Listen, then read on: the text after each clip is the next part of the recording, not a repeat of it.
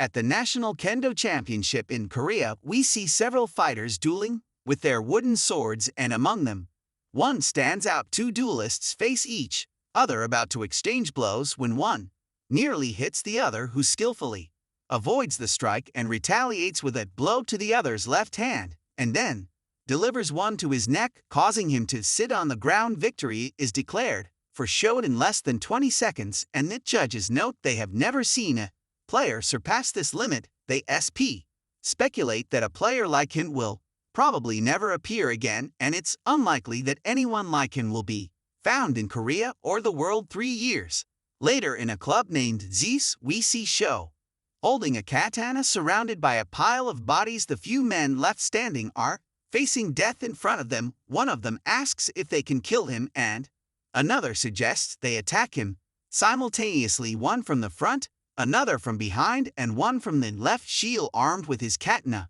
prepared for the triad attack, he swiftly thrusts his katana into the neck of the one coming from the front, who staggers back in agony. Then the one from behind attempts a cowardly strike, but Shio quickly turns and delivers a precise blow with his katana, severing the hands, holding a chainsaw. Finally, the one from the right tries a strike, which also fails, and he is cut down by Shio, who delivers several blows that destroy him.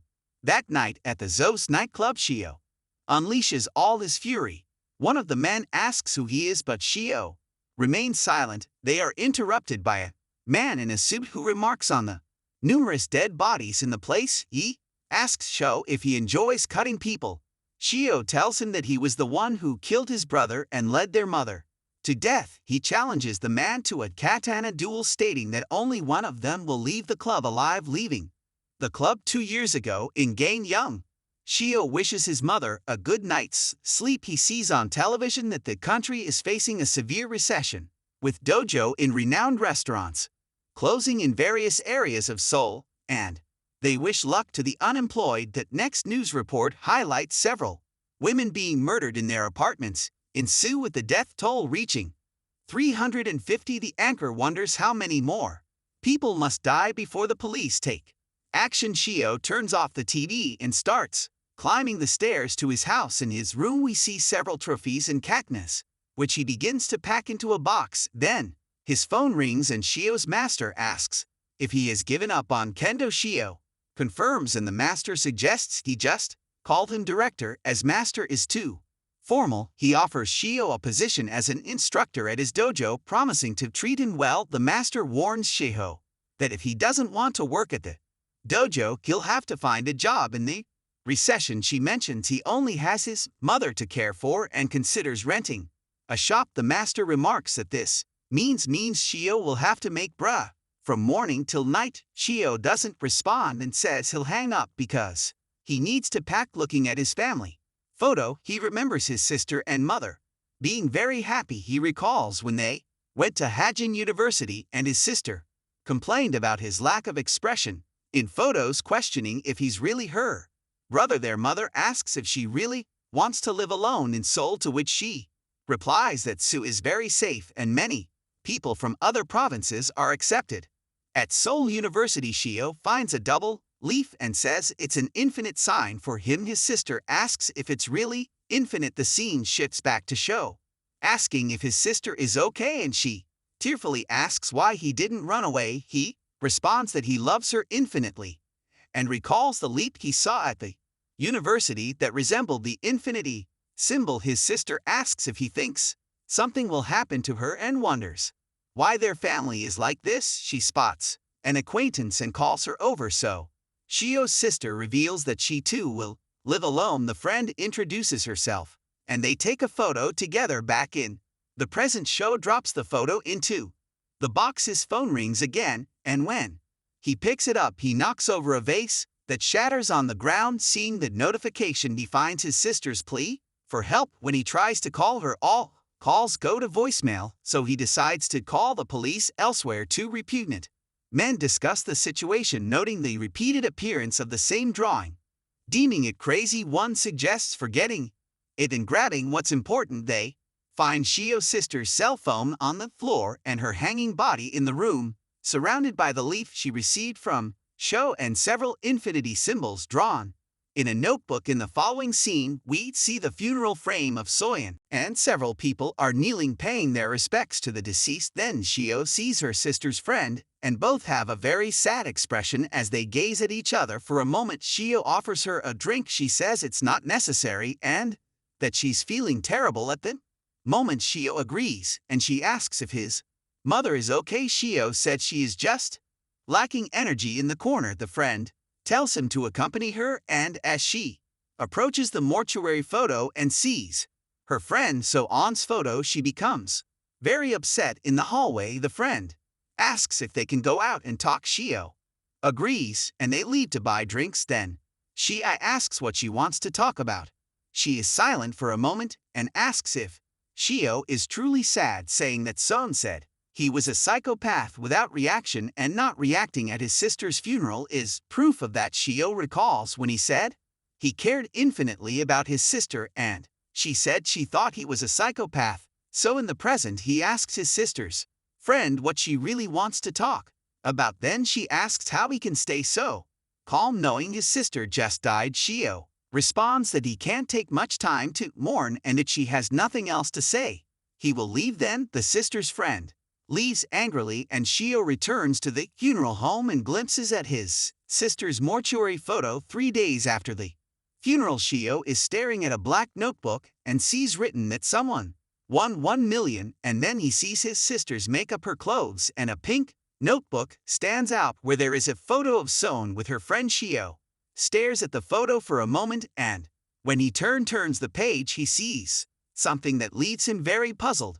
Sometime later, Shio is sitting at Hajin University, and everyone around asks who he is. Suddenly, his sister's best friend asks what he's doing there, and he shows the photo of the two. She says they took this photo when they were at the club, and Shio says this isn't a club. The sister's friend gets nervous, and then we see a flashback of the two in an elevator arriving at their floor, and she says the most agonizing thing for her is when they send sales texts. The friend says it's nothing, just copy and paste. And then we see several women changing. And Son says she feels beautiful every day. Then Son calls her to take a photo and says a client bought a camera for her, and this is a good opportunity to use it. In another scene, we see the friend and Shio sitting and talking, and she confirms the kind of bar they worked at and that the man who gave the camera also sent condolences. The friend says it wasn't a strange place because they couldn't touch, and customers who do strange things are kicked out, and this was just a job they did to earn money. She is thoughtful for a while and asks if she's not hiding anything about Son. The friend gets a little uneasy, and she sees someone lurking and says she's not staying, getting into a fetal position. She then gets up and tells Shio she has to leave. Shio then clenches his fists, and we see a flashback of him punching a cupboard and coming to the realization that his sister didn't do this. At the police station, Shino is seated at the desk of the officer in charge of his sister's case. The officer asks if he truly believes his sister was murdered, but there's no evidence. Shio explains that he and his sister had an agreement to warn each other of danger, and they had a signal. When asked how they sent this in text, Shio explains they made this agreement at school, and all they had to do was type the number 8 and the message would automatically be sent. The officer then questions why she warned her brother instead of Eller in the police. Shio explains she couldn't tell him she worked at a bar and wrote it in a notebook. The officer says that the funeral is already taken place and the body has likely been cremated, and that an autopsy would be needed to determine whether she was killed by someone or ended her own life. And the officer says that when the official report came out, Shina opposed the autopsy, and he himself said that she had taken her own life. Shio mentions their mother was against it. The officer dismisses this, stating once someone is created, there's no going back, and he can't initiate an investigation without a starting point. Shio suggests his sister's work may be related and urges the officer to at least interview some people. The officer, however, dismisses the idea, stating it won't work, and implies Cho, with his apparent lack of emotion, could be a potential suspect. He insists Shio needs something more concrete to start an Investigation Shio stands up and the officer remarks that nowadays anyone can play detective. Shio leaves the station.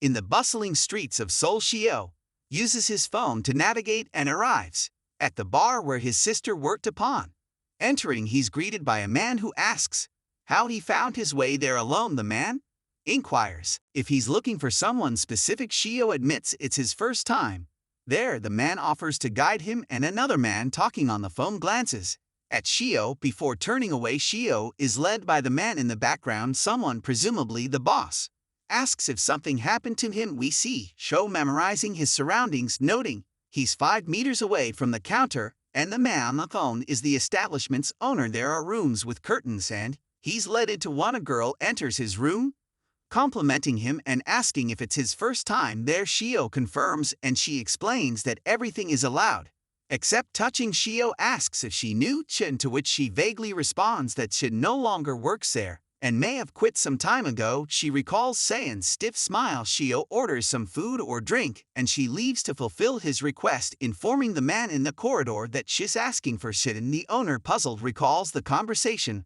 about Shun's involvement in investigating his sister's case. The call ends, revealing the investigator was on the other line. The man from the corridor confirms Shi's inquiry about C, and she asks if they can send him away. The owner decides against it and instructs them not to speak about Cyan to anyone. Shio then questions a dark-haired girl who claims to have only worked there for 2 days. Another girl recently relocated and a girl with long hair also claim ignorance. A final girl warns him not to ask too much as she is not Chen. After several inquiries and drinks about his sister, Shio becomes disheartened by the lack of information. He's interrupted by the initial woman offering him another bottle of drink, which he declines paying with his card. In the corridor, she informs the boss that Shio found nothing.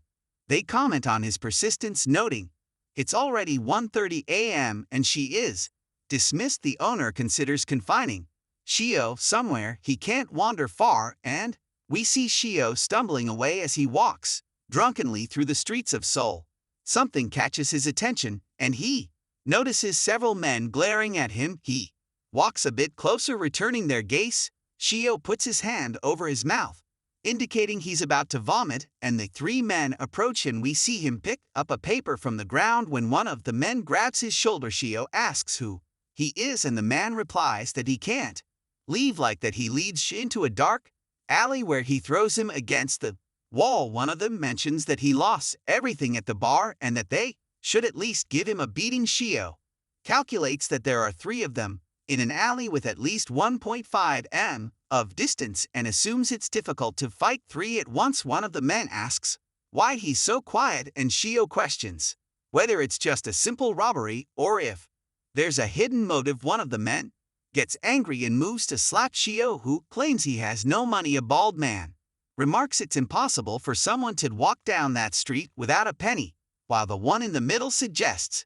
breaking his legs. Shio suspects it's related to the questions he asked about his sister at the bar. One of the men confirms it, adding that if he somehow survives this beating, he'll owe them 10 hits. Shio then pulls out a rolled-up paper from his hoodie. One of the men mocks him, asking if he's really going to fight them with that, or if he probably has a knife. The bald man scoffs, asking if Shio is drunk or needs a reality check. Shio warns them of the danger at the nightclub. The owner is on the phone, wondering if the situation with Shio has been resolved. He decides to check the cameras and sees the 4 in a corridor, noting that taking so long to break a young man's leg is unusual. Then he is surprised to see Shio holding something, deducing it might be a knife or something similar. We then see challenging the 3 men to fight. One of them charges at him, but Shio skillfully immobilizes him with the paper around his neck and then delivers several blows to his face, knocking him down. Another tries to punch Shio, but he dodges and strikes the bald man behind him, knocking him down. The man in the middle asks what kind of monster he is and what's inside that paper. Shio says it's just a paper. The man decides to use a knife, threatening to leave Shio crippled. Shio disarms him quickly, leaving him incredulous. When he sees Shio's face filled with hatred, he becomes very afraid, saying it's not normal with all this strength. Shio strikes the last standing delinquent The owner watching everything through the camera sees Shio crumple the paper, straighten up and head towards the streets of Seoul. The owner is incredulous at the fight he had just witnessed and quickly gets up from his chair to make a call, trying to find out where Shio lives. Meanwhile, at Shio's apartment, he is removing the bandages from his hands and recalls the conversation he had with his sister's friend. The next day he goes to the cafe where they met before and remembers the fear on the woman's face, deducing that she was likely coerced into silence that night. Shio concludes that they must be watching her and that none of this can be mere coincidence, considering taking one of those men to the police station. However, he also considers that it might put her in danger to seek them out again. The next day, we see the owner's phone ringing, and when he answers, the person on the other end informs him that they have found out where Shio lives. They reveal that he is currently at the old studio where his sister used to stay, and that his mother is at Gangang Hospital unconscious since she received the news of Saeun's death. The caller also mentions that the original plan was to organize and to send, but Shio is a kendo champion and they should be cautious as kendo, despite seeming recreational, is quite dangerous, especially in the hands of a champion. The owner recalls Shio's fight against the three men in the alley and realizes he could indeed be very dangerous. He decides Shio needs to be dealt with quickly. In the next scene, we see Shio doing push-ups and he remembers his sister Shin in the memory. The two are talking about the importance of the number 8 to them and how they always drew and sent it to each other around. Then we see several fallen men and she holding a wooden kendo sword. Then they see something that frightens them and, pointing his sword at it, Shio tells his sister not to worry, that he will protect her. He is then interrupted by someone calling incessantly at the door, and when he opens it, it's the landlord who asks if he was the one at the club on Friday. Shio confirms and asks what brings him there on that day. The landlord explains that this studio, which belonged to Saeun, was rented out by him for his shop, and it was mentioned that someone was there. Shio says he hasn't finished sorting out the belongings yet, and that on Saeun's list of jobs there's a payment of 1 million under the name Flash. Shio asks if this man made that contribution, and the man confirms, adding that he heard about what happened and it was awful. Shio asks why, and the landlord says Sin was very popular, and that's why her offers were huge. That's why he did everything to not lose her to Teen Pro. So already inside Cannon's apartment, we see the two sitting in silence, and Shio asks what Teen Pro is, and the owner says he must have heard of it before, but it's like the main boss of an establishment like his, and it's also a place just for conversation, and says that Sin suffered a humiliating incident there and wonders if this could have been the reason. He continues and says he failed to protect her and apologizes to Shio. In his thoughts, Shio assesses the owner and says that the constant handshakes and his tongue reveal his falseness. The owner then pulls out a package from his suit and hands it to Shio, but he says that Sin has been murdered. The owner asks if this is serious. Shio says that the funeral was held without a body and an autopsy was performed. In his thoughts, the owner considers that with an autopsy, everything will be revealed. Shio continues speaking and says that the next day they will receive the body, and along with it the result will also come out, and that tomorrow he will receive the result of the autopsy. The owner says that if she needs anything he can ask. Shio thanks him, and the man says he has to go. He quickly leaves, and in the parking lot, he considers that Shio might be lying, and he can't tell because he doesn't show any reaction. He quickly grabs his phone and tells someone that they should bury Shio that night. On the other end of the line, we see a repugnant man, and he hears the owner say that he won't let him escape and that he should bring several men because he's a kendo champion. The man says he'll make it look like he took his own life and that he'll regret showing up